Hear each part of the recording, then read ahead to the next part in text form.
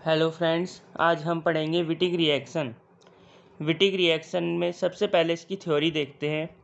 When carbonyl compounds react with phosphorus ylide, जब carbonyl compounds phosphorus ylide से reaction करते हैं।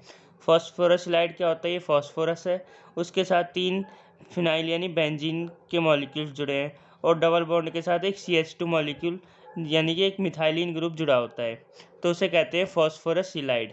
हाइड्रोजन की जगह इसमें आर यानी एल्काइल ग्रुप भी जुड़ा हो सकता है। In presence of dry ether, जब कार्बोनिल कंपाउंड्स की रिएक्शन फॉस्फोरस इलाइड से करते हैं ड्राई ईथर की प्रेजेंस में, यानी शुष्क ईथर की प्रेजेंस में जब कार्बोनिल कंपाउंड की अभिक्रिया हम फॉस्फोरस इलाइड से करते हैं, then the formation of an alkene, तो एक एल्कीन का यानी सी और कार्बन कार्बन के बीच डबल बॉन्ड एल्कीन का निर्माण होता है, अकर्षुष का निर्माण होता है। And this reaction is called Wittig reaction, और इस रिएक्शन को क्या कहते हैं हम? Wittig reaction. अब इस रिएक्शन में हम प्रेजेंस देखते हैं, किसकी प्रेजेंस होती है। तो हमने देखा था कि इसमें ड्राई ईथर की प्रेजेंस में रिएक्शन होती है, तो प्रेजेंस होती है इसमें ड्राई ईथर की। अब हम इसकी रिएक्शन देखते हैं।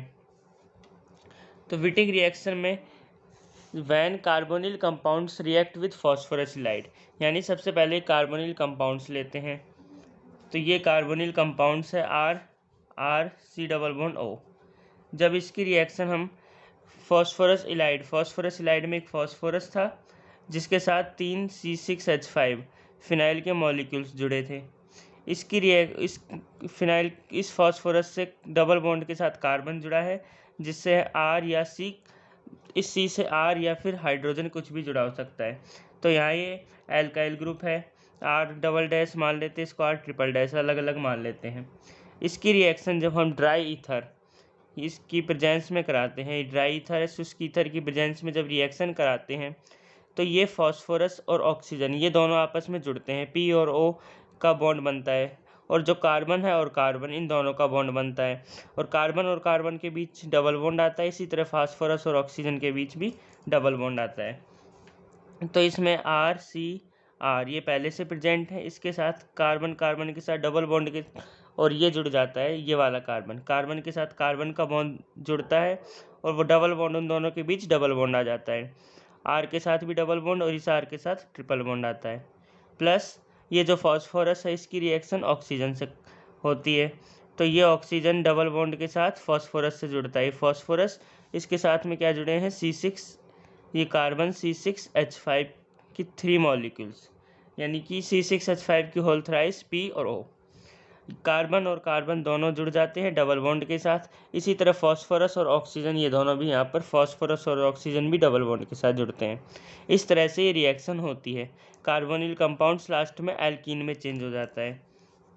यहाँ पर ये कार्बोनिल था, जिस एल्डिहाइड या कीटोन ले सकते हैं, और ये एल्कीन में चेंज होता है। अब इसकी मैकेनिज्म देखते हैं। तो ये तो इसकी रिएक्शन हो गई। इस रिएक्शन की मैकेनिज्म की बात करते हैं। तो मैकेनिज्म में सबसे पहले हम वही कार्बोनिल कंपाउंड्स लेते हैं। कार्बोनिल कंपाउंड्स हैं आर और डबल बॉन्ड O, ये कार्बोनिल कंपाउंड्स हो गया। इसकी रिएक्शन हम फॉस्फोरस इलाइड से करते हैं। फॉस्फोरस इलाइड यानी P डबल बॉन्ड C, इसको इस तरह लिखते हैं, C डबल बॉन्ड के साथ P और P के साथ जुड़ा है C6H5 की होल थ्राइस, और कार्बन के साथ R डबल बॉन्ड और R, जैसे एक आर और ये डबल डैश और ये ट्रिपल डैश के रूप में हम देख सकते हैं। इसकी रिएक्शन कराते हैं तो ये बॉन्ड ऐसे टूटता है, कार्बन और ऑक्सीजन का बॉन्ड ऐसे टूटता है। ऑक्सीजन की इलेक्ट्रोनेगेटिविटी ज़्यादा है तो इस पे माइनस, कार्बन पे प्लस आता है।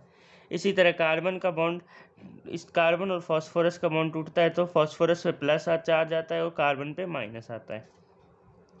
अब कार्बन और ऑक्सीजन, ये कार्बन पे प्लस है और इस कार्बन पे माइनस है, तो प्लस और माइनस वाले बॉन्ड बनाते हैं। तो ये जैसे इन दोनों के बीच इस कार्बन के बीच बॉन्ड बनता है, और ऑक्सीजन पे माइनस चार्ज है, फास्फोरस पे प्लस चार्ज है, तो ऑक्सीजन और फास्फोरस के बीच में डबल बॉन्ड बनता है। तो O और P सिंगल बॉन्ड बनता है, ऑक्सीजन और फास्फोरस के बीच में एक बॉन्ड बनता है, और इन दोनों के बीच में जो डबल बॉन्ड था वो सिंगल बॉन्ड में कन्वर्ट हो जाता है इस तरह से। और इस कार्बन पे R और यहाँ R ये दोनों जुड़े थे, और इस फास्फोरस पे C6H5 ये होल थ्राइस यानी 3 फिनाइल के मॉलिक्यूल्स जुड़े थे, और इस कार्बन पे जिस पे कि R डबल डैश और R ट्रिपल डैश ये जुड़े थे, ये ऐसे जुड़ जाते हैं। इस तरह से एक साइक्लिक स्ट्रक्चर बनती है। तो ये साइक्लिक स्ट्रक्चर है। अब इसकी रिएक्शन आगे होती है तो ये बॉन्ड इस तरह से टूटता है दोबारा कि ये कार्बन और ऑक्सीजन के बीच ये बॉन्ड टूटता है, और इसी तरह ये कार्बन और फास्फोरस के बीच का बॉन्ड टूटता है। तो ऑक्सीजन पे माइनस चार्ज आता है, इस कार्बन पे प्लस चार्ज आता है, और इसी तरह ये बॉन्ड टूटता है तो इस कार्बन पे माइनस आता है, उस फास्फोरस पे प्लस चार्ज आता है। इस तरह से ये बॉन्ड टूटता है। तो कार्बन पे जिस पे प्लस था और इस कार्बन पे जिस पे माइनस है, ये बॉन्ड पहले से प्रेजेंट है, और ये जो प्लस और माइनस करके एक बॉन्ड और बनता है इधर। तो कार्बन कार्बन के बीच सिंगल बॉन्ड था, ये डबल बॉन्ड में कन्वर्ट हो जाता है। और इसी तरह इस कार्बन पे R था और इस कार्बन पे ये, इन दोनों कार्बन पे R जुड़े हैं तो ये जुड़ जाते हैं। R इस पे भी जुड़े हैं, R डबल डैश और R ट्रिपल डैश, ये ऐसे जुड़े रहते हैं। प्लस, और यहाँ पर ऑक्सीजन है जिस पे माइनस चार्ज है, और ये फास्फोरस जिस पे प्लस चार्ज है। प्लस और माइनस दोनों के बीच में एक बॉन्ड बन जाता है। यहाँ भी सिंगल बॉन्ड था जो कि डबल बॉन्ड में कन्वर्ट हो गया। और यहाँ C6H5 की होल थ्राइस जो पहले से प्रेजेंट था वो प्रेजेंट रहता है यहाँ पे। तो इस तरह से यहाँ पर ये एल्कीन बनता है, और ये फास्फोरस के साथ ऑक्सीजन का एटम जुड़ता है। तो कार्बोनिल कंपाउंड्स की मैकेनिज्म से बीच में एक साइक्लिक इंटरमीडिएट बनता है, उसके बाद एल्कीन बनता है। इसी तरह से जैसे कि हमने रिएक्शन में भी देखा था, कार्बोनिल कंपाउंड के बाद उससे रिएक्शन करके ये एल्कीन का निर्माण करता है। तो इस तरह से ये विटिंग रिएक्शन की मैकेनिज्म है। अब इस विटिंग रिएक्शन के हम कुछ प्रैक्टिस क्वेश्चंस करते हैं। ये प्रैक्टिस क्वेश्चंस जिसमें हम फर्स्ट क्वेश्चन देखते हैं, जैसे ये CH3 CH2 C double bond O और H, इसकी रिएक्शन हम फास्फोरस इलाइड यानी कि C6H5 की whole thrice P double bond CH2 इससे करते हैं। तो हम देखते हैं कि ये कार्बोनिल कंपाउंड है और ये फास्फोरस इलाइड, इसकी प्रेजेंस है ड्राई ईथर। जब इन दोनों की ये दोनों रिएक्टेंट होते हैं तो हमें पता है कि यहाँ विटिंग रिएक्शन होती है। विटिंग रिएक्शन होती है तो विटिंग रिएक्शन में कार्बन और कार्बन दोनों के बीच डबल बॉन्ड आता है। तो ये कार्बन जिस पे H जुड़ा था और CH2 CH3 जुड़ा था, इस पर डबल बॉन्ड आ जाता है कार्बन कार्बन के बीच, और यहाँ CH2 है। प्लस में फास्फोरस के साथ ऑक्सीजन का एटम जुड़ता है, तो ये C6H5 की होल थ्राइस P, और इस पे ऑक्सीजन का एटम आके जुड़ जाता है। तो यहाँ पर ये एल्कीन का निर्माण होता है। इस तरह से कार्बोनिल से एल्कीन बनता है। अब इसमें सेकंड क्वेश्चन देखते हैं। सेकंड क्वेश्चन में हम एक साइक्लिक कंपाउंड लेते हैं। साइक्लिक कंपाउंड इसके साथ ऑक्सीजन यानी कि कीटोन के रूप में जुड़ा हुआ है। जब इसकी रिएक्शन भी हम फास्फोरस इलाइड से करते हैं C6H5 की होल थ्राइस PCH2, और प्रेजेंस वही ड्राई ईथर की लेते हैं।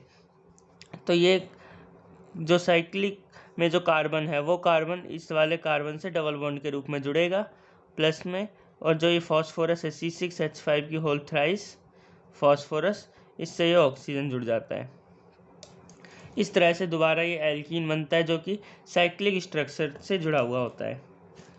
अब इसका थर्ड एग्जाम्पल देखते हैं।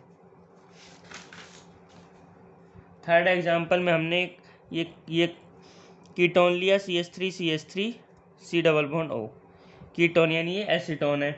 इसकी रिएक्शन हम CH2 double bond P C6H5 की होल थ्राइस यानी फास्फोरस इलाइड से ही करते हैं ड्राई ईथर की प्रेजेंस में।